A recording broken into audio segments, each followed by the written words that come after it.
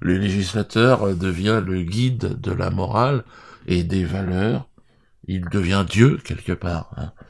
Et ceux qui n'adhèrent pas à sa vision de la vie sont d'ignobles obscurantistes, homophobes, racistes, complotistes, et bien évidemment, roulement de tambour, antisémites. Ah ouais, antisémites. Antisémite, la formule magique qui permet d'éviter toute discussion, qui ferme les portes, terminé, on passe à autre chose. Pas une journée en ce moment à entendre les médias de propagande nous bassiner, nous vomir tout leur flot de trucs d'antisémitisme qui aurait augmenté de manière spectaculaire. On serait arrivé carrément à l'époque des pires moments de l'espèce humaine. Il y aurait des antisémites partout en France et dans le monde. Et les pauvres juifs seraient une population persécutée plus que nulle autre et souffrirait d'une discrimination toujours grandissante. Ça a toujours évolué vers le pire depuis à peu près 200 000 ans. L'art de se plaindre à l'infini et au-delà.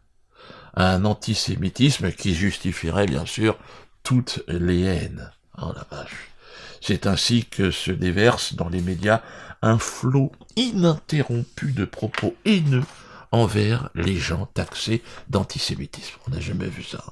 Ces derniers ne font plus partie du genre humain, en ont été exclus. Je suis bien placé pour ça, pour vous en parler.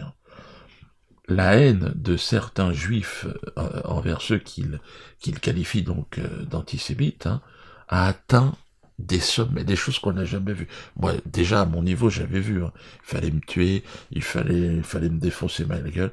Là, aujourd'hui, ils les appellent, évidemment, à la violence absolue. C'est un appel à la haine quotidien qu'il y a à faire. Et au meurtre, même. Cette haine réelle qui se cache derrière cette prétendue chasse à l'antisémitisme touche maintenant de plein fouet, évidemment, le mouvement des Gilets jaunes.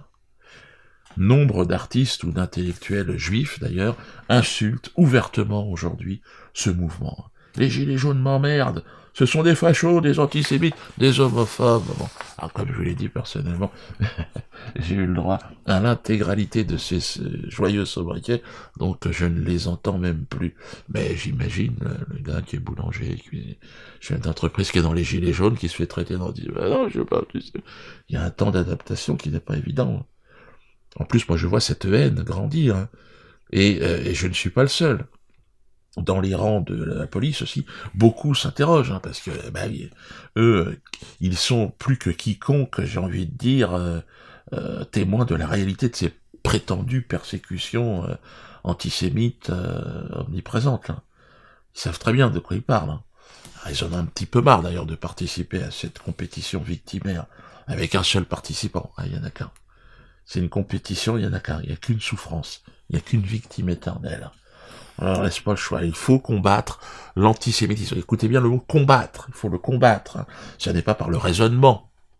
Ça n'est pas par la discussion qu'on va essayer, d'éviter l'antisémitisme. Non, c'est par le combat. Et c'est le seul combat, évidemment, légitime. La haine de la haine. Enseignée aux enfants, à l'école. En leur disant que leur père n'est plus leur père, maintenant c'est parent 1, puis bientôt ça sera un code barre, peut-être aussi. Remarquez bien, dans la réalité, un raciste, par exemple, envers un noir ou un chinois, on dit, bon, c'est un con. Alors que là, attends, là, c'est pas un con, il faut le combattre, il faut se mettre... C'est la guerre, il faut déclarer une guerre. Nous sommes en guerre. Et c'est ce qu'ils sont en train de nous dire dans les médias en ce moment. Télérama, mais tous, j'en ai pris... En préparant cette vidéo, je me suis dit, mais c'est incroyable. Tous les médias. Télérama, je vous disais, antisémitisme, menace permanente. Pourquoi les juifs s'en vont? Point d'interrogation. Alors, t'aurais tenté de dire, parce qu'ils ont envie de partir.